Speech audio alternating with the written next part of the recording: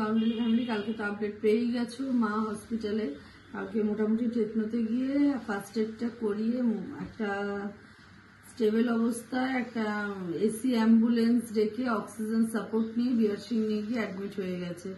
আমি তো পরে গেছি, তার মধ্যে রাস্তায় বেলেঘাটায় ধরেছে আগুন, ওখান এত জ্যাম রাস্তা, খুব কষ্ট করে আমাদেরকে যেতে হয়েছে। যাই হোক, গিয়ে যখন পৌঁছেছি মার ততক্ষণ অ্যাডমিট কমপ্লিট। এইবার কিছুক্ষণ থাকার পরে বাড়িতে আসলাম, আসার পরে আবার ছেলে গেল, বোন গেল, বোনের বর গেল, ওরা সবাই গেল হসপিটালে। তারপরে এখন সকালবেলা এসছে ওরা, আর অবস্থা কি বলতে পারবো না। সত্যি কথা বলতে কালকে খুবই কষ্ট হয়েছে মায়ের এই ব্যাপারটাতে।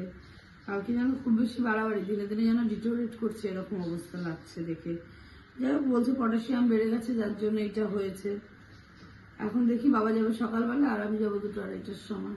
দেখি কি হয় আজকে, আবার রাত্রেবেলার কি নিউজ আসে। কিছুটা ছিল জানি না, ফ্রিজের মধ্যে ছিল। এত জোরে খিদে পেয়েছে, ব্রেকফাস্ট স্কিপ করতে গিয়ে বাজে এখন 1টা। যাই হোক, এটাকে এখন খাবো, জানি না কবেকার পেট ভালো থাকবে কিনা, কারণ এখন হসপিটাল যাবো। এখন হবে আলু পোস্ত, আলু ঝিঙে কাটা হচ্ছে, আলু বসিয়ে দিয়েছিলাম গ্যাসে। সবজিওয়ালার ডাক শুনে দৌড়ে গেছে। এই গুটুর অবস্থা, মা না থাকলে ওর এই অবস্থাতেই থাকে, যে কে কখন ওকে পিটিয়ে দেয়।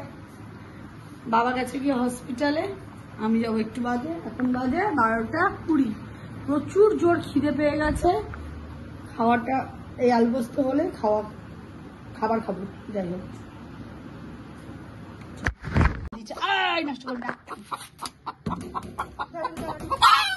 দাদা তুই নিয়ে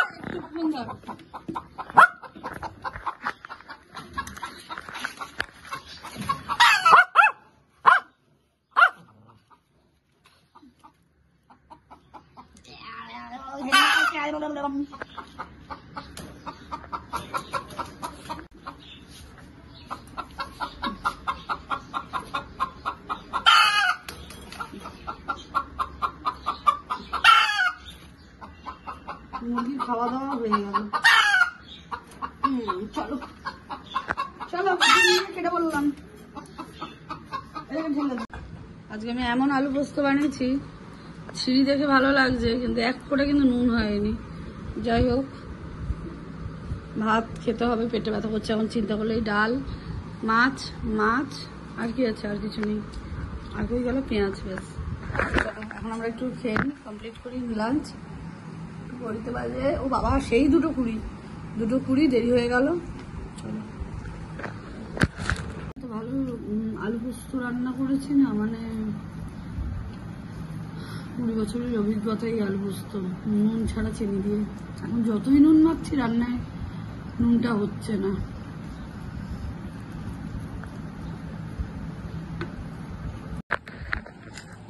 সে তো নুন খেতই। ভাবলাম টক ডাল করেছে, ওই জন্য আমি একটুখানি আলু পোস্ত করলাম। কপাল শুনে দেখি এমনি ডাল, কালো জিরে ফোড়ন দিয়ে।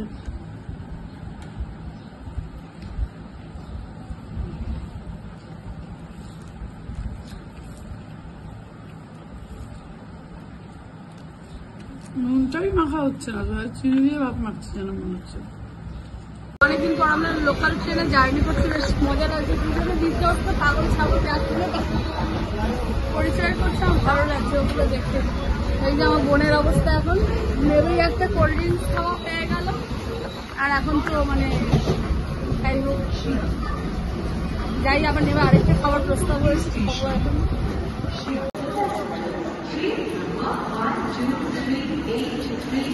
ছোটবেলার স্মৃতি বল।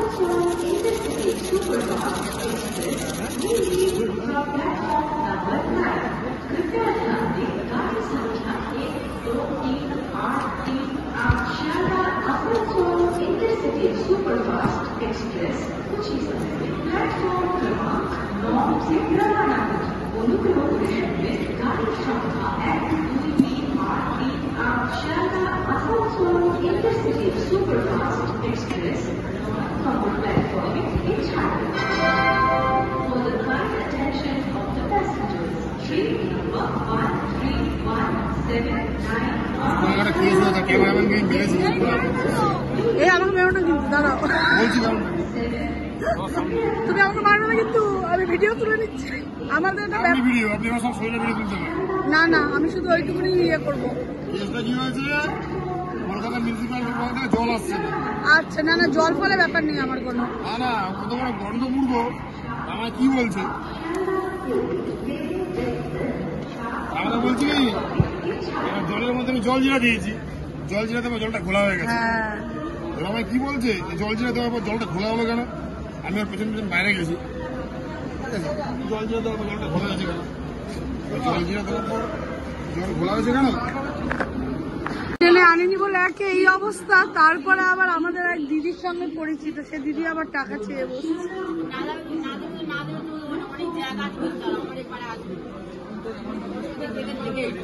ওটা তোমার পাড়া গো? ওটা তোমার পাড়া? ও ও আচ্ছা আচ্ছা আচ্ছা আচ্ছা আচ্ছা। সারাদিনে এই খাও? ও আমার ট্রেন এসে গেছে, আসছি। টাটা করো, টাটা টাটা। হ্যাঁ, তোমরা দেখতে পাচ্ছ কিনা জানি না, চুরি করে একটা ফটো তুলে নিচ্ছি। মায়ের ওখানে ডায়ালিসিসটা হচ্ছে, ওই যে মা ওখানে শুয়ে আছে। মায়ের প্রচুর জল বেরিয়েছে, যার জন্য এই কষ্টটা হচ্ছে মায়ের।